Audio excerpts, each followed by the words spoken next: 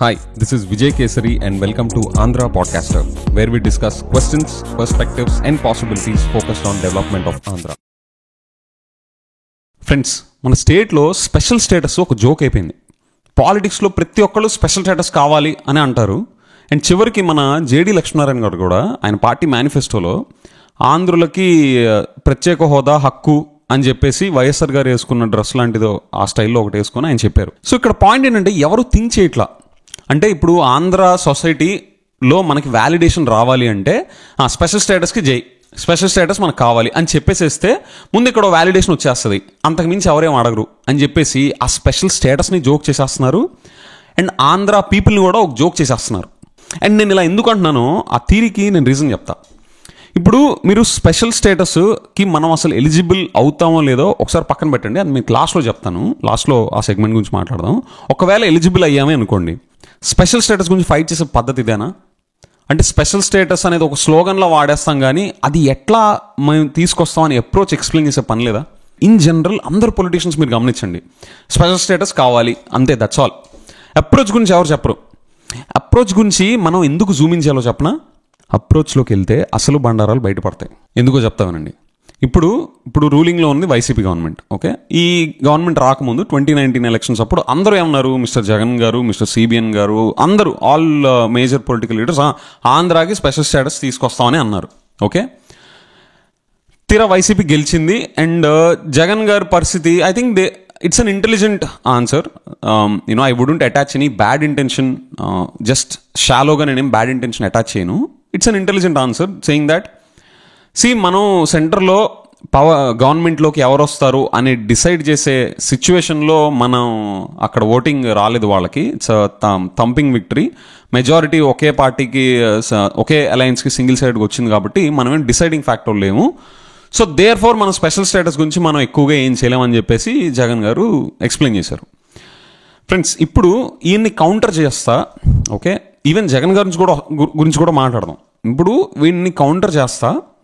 ఒకళ్ళు వచ్చి నేను స్పెషల్ స్టేటస్ కావాలి అని చెప్పేసి అంటుంటే వాట్ ఈస్ ద డిఫరెన్స్? అంటే యూ హ్యావ్ టు ఎక్స్ప్లెయిన్ ఆ స్పెషల్ స్టేటస్ ఎలా తీసుకొస్తారని కదా.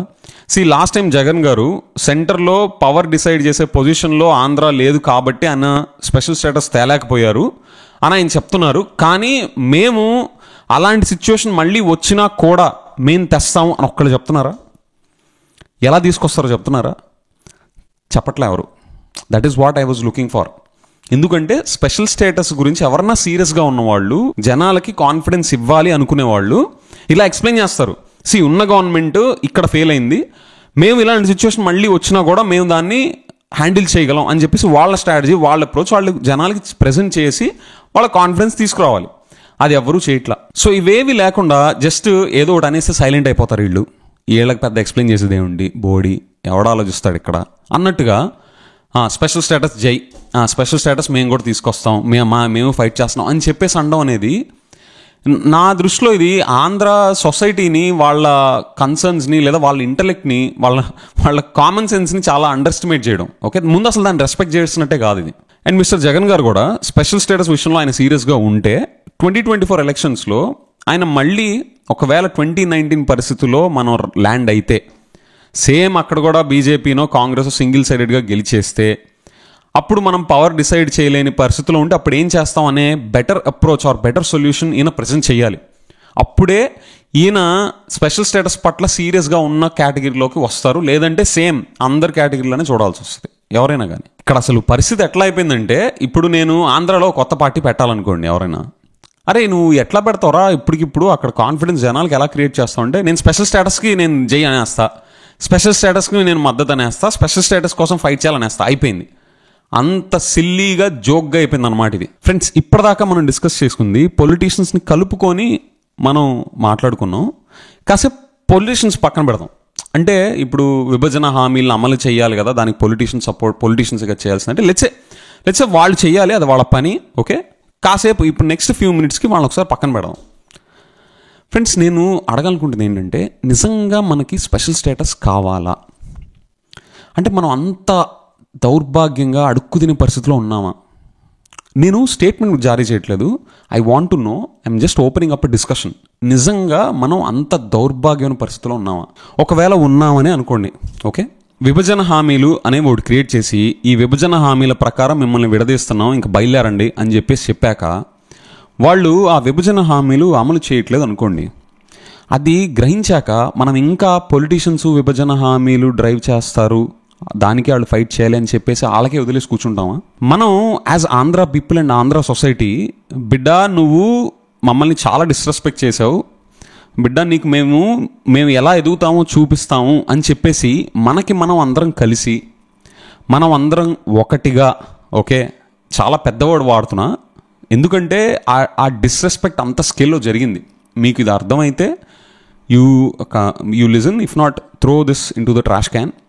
సో అంత డిస్రెస్పెక్ట్ మనకి టచ్ అయితే మనం ఫైనాన్షియల్గా ఎదుగుతా మనం ఇక్కడ ఎంటర్ప్రెన్యూర్షిప్ వైజ్ ఇక్కడ మనం ఎంప్లాయ్మెంట్స్ జాబ్స్ క్రియేట్ చేస్తా, ఇక్కడ ఎకోసిస్టమ్ బిల్డ్ చేస్తా, ఇక్కడ సీరియస్గా మనం వచ్చి పనిచేయాలి అని చెప్పే విల్ని మనం కలెక్టివ్గా ఫామ్ చేసుకుంటామా, లేదా విభజన హామీలు అయ్యే అమలు చేయాలి అని చెప్పేసి పిల్ల బ్యాచ్లా కొట్టుకుంటాం? ఇంకా అంటే దీని అర్థం పొలిటీషియన్స్ చేయాల్సిన పని చేయకూడదని కదా. అందుకనే నేను ఈ డిస్కషన్లో మీతో మాట్లాడుతుంది ఏంటంటే, మీతో నేను డిస్కస్ చేస్తుంది ఏంటంటే, పొలిటీషియన్స్ కాస్త పక్కన పెట్టి ఆలోచించండి. అంటే ఎలాంటి సిచ్యువేషన్లోకి వెళ్ళాలి మనం? అరే లేదు మీరేంటి ఇంత అగ్రెసివ్గా వెళ్తున్నారు, ట్రెండ్ మీకు విభజన హామీలే కదా కావాల్సింది, రండి మేము చేసిస్తామంటే, డూడ్ అయిపోయింది ఆ ఫేజు, నువ్వు నీ విభజన హామీలు అన్ని మడత పెట్టుకొని నీ దగ్గరే పెట్టుకో అని చెప్పేసి మనకున్న ఫింగర్స్లో ఏదో ఒక ఫింగర్ వాళ్ళకి చూపించేసి వాళ్ళని పంపించేసే అంత స్టేజ్లోకి, ఆ ఫైనాన్షియల్ సిచ్యువేషన్లోకి మనం వెళ్ళాల్సింది పోయి, ఓకే, మనం ఇంకా ఈ పిల్ల బచ్చా గేమ్స్ ఏంటి అంటే, ఇది నేను ఎవరితో మాట్లాడుతున్నానంటే, ఈ స్పెషల్ స్టేటస్ మన స్టేట్ డెవలప్మెంట్ అనేది సీరియస్గా ఎవరికైనా టచ్ అవుతుంటే, వాళ్ళు బైఫర్కేట్ చేసింది ఆ డిస్రెస్పెక్ట్ ఎవరికైనా టచ్ అవుతుంటే వాళ్ళతో నేను మాట్లాడుతున్నా. Else you feel free to have your own choice, that's your personal freedom, fundamental rights. So therefore ఆ టచ్ అయ్యే వాళ్ళకి నేను అడుగుతున్నా, ఓకే. అండ్ మనం ఎక్కడో ప్రాబబ్లీ అవన్నీ ఆ డివిజన్స్ని, మనకున్న ఇష్యూస్ని సీరియస్గా తీసుకొని అక్కడే వీళ్ళు కొట్టుకుంటూ ఉంటారా వీళ్ళు అలాంటి వాళ్ళు అని చెప్పి ఎక్కడో వీళ్ళందరికీ ఒక ఫీలింగ్ ఉండబట్టే స్పెషల్ స్టేటస్ మీద ఎవరు సీరియస్గా చేయట్లా. This is my opinion, okay. You might throw it in the trash can, but this my opinion.